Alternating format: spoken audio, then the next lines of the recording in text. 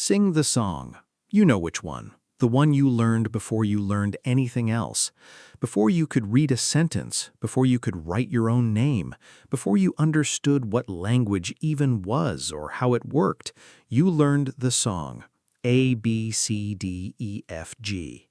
26 letters in a specific, unbroken order set to a melody borrowed from an old French nursery rhyme. It was drilled into your memory so early and so deeply that it became part of your cognitive infrastructure. You don't think about the alphabet today. You know it the way you know how to breathe, or the way you know which way is up. The sequence is practically in your bones. Now ask yourself something you have likely never been asked. Why that order? Not why those specific letters, but why that sequence? Why does A come first? Why does Z come last?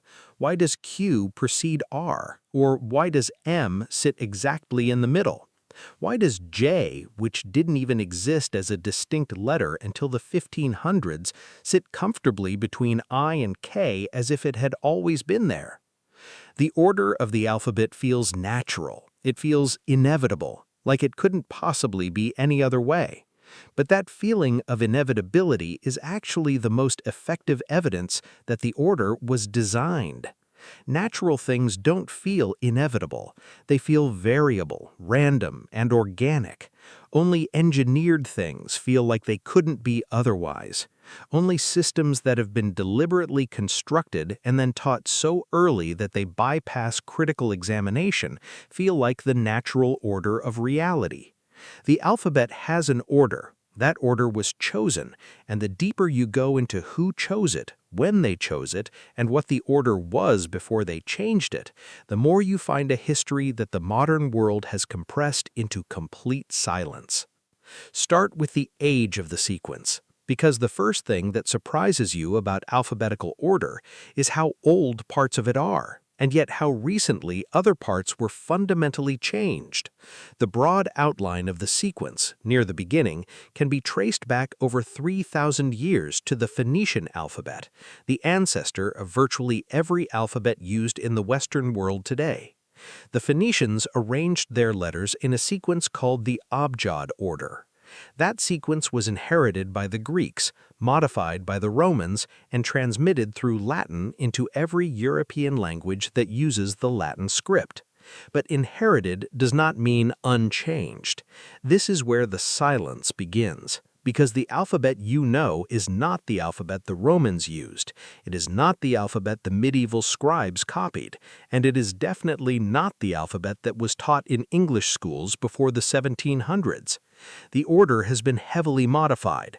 Letters have been added, removed, rearranged, and repositioned at specific moments in history by specific authorities for reasons that were never explained to the people who were forced to memorize the result. What was the original order, and why was it changed?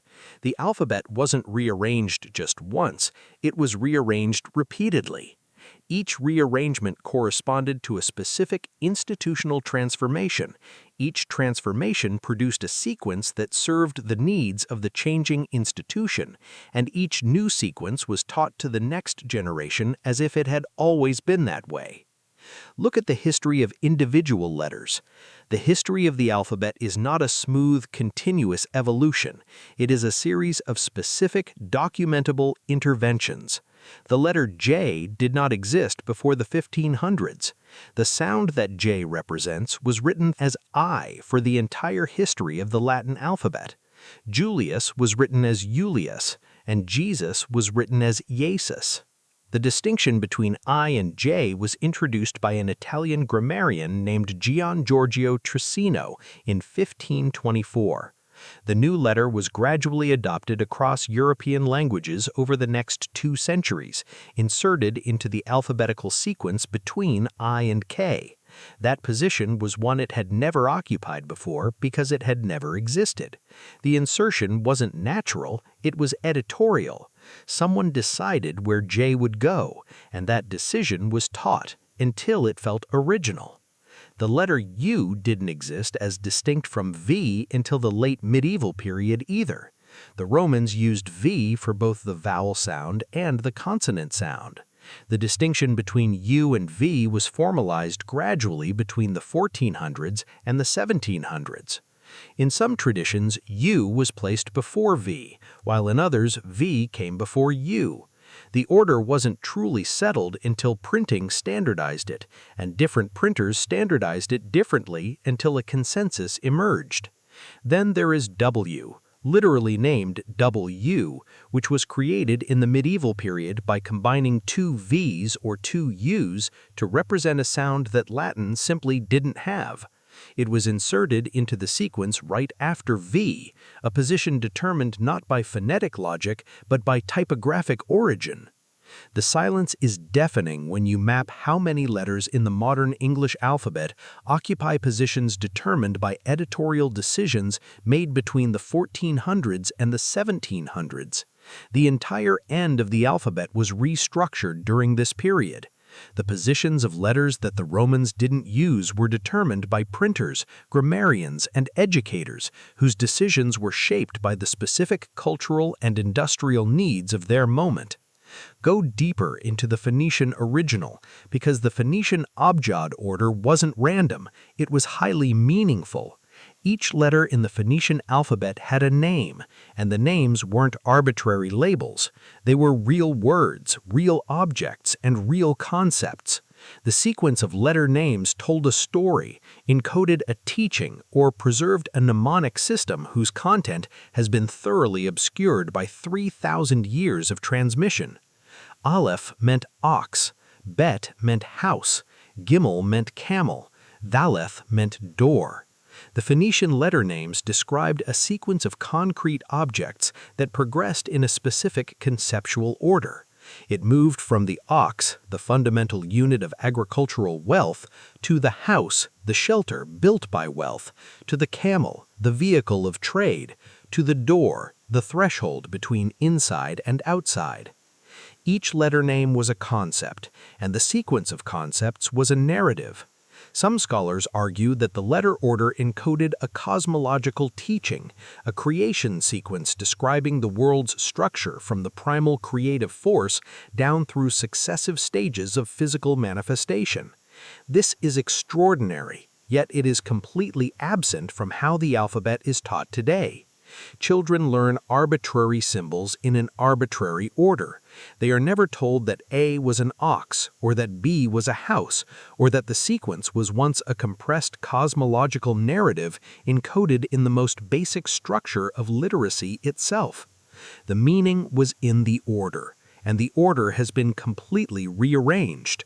Each daughter alphabet, Greek, Latin, Cyrillic, Arabic, Hebrew, inherited the order and then modified it, stripping away meaning.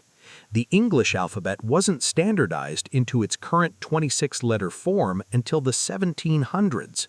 Before that, it was highly variable.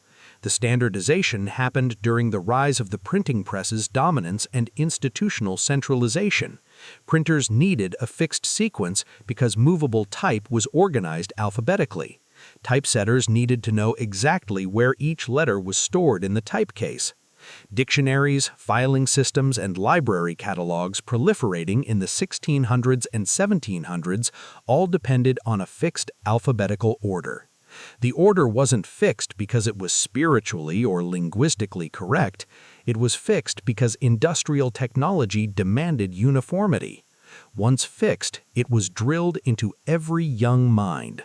The alphabetical order doesn't just organize letters, it trains the mind to process information in a specific sequence and to treat that sequence as the natural order of things.